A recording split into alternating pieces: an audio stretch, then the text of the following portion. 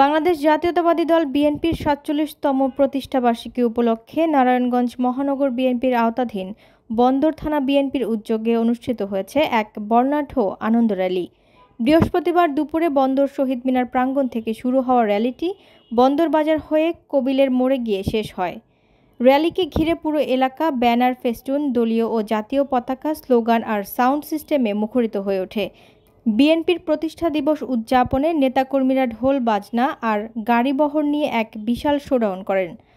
অনুষ্ঠানে প্রধান অতিথি ছিলেন নারায়ণগঞ্জ মহানগর বিএনপির আহ্বায়ক অ্যাডভোকেট সাখাওয়াত হোসেন খান।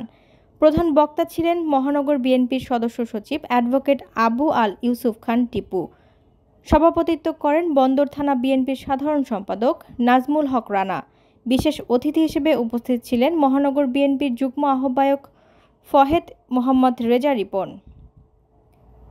এছাড়া উপস্থিত ছিলেন বন্দর থানা বিএনপির সাবেক সিনিয়র যুগ্ম আহ্বায়ক আসাদুজ্জামান বাদল, যুগ্ম আহ্বায়ক ইকবাল হোসেন, নাসিরুল্লাহ টিপু, ২৪ নম্বর ওয়ার্ড বিএনপির সভাপতি মনির, সাধারণ সম্পাদক জাবেদ এবং যুবদল নেতা দিন ইসলাম প্রধান সহ স্থানীয় অঙ্গ সংগঠনের অসংখ্য নেতাকর্মী।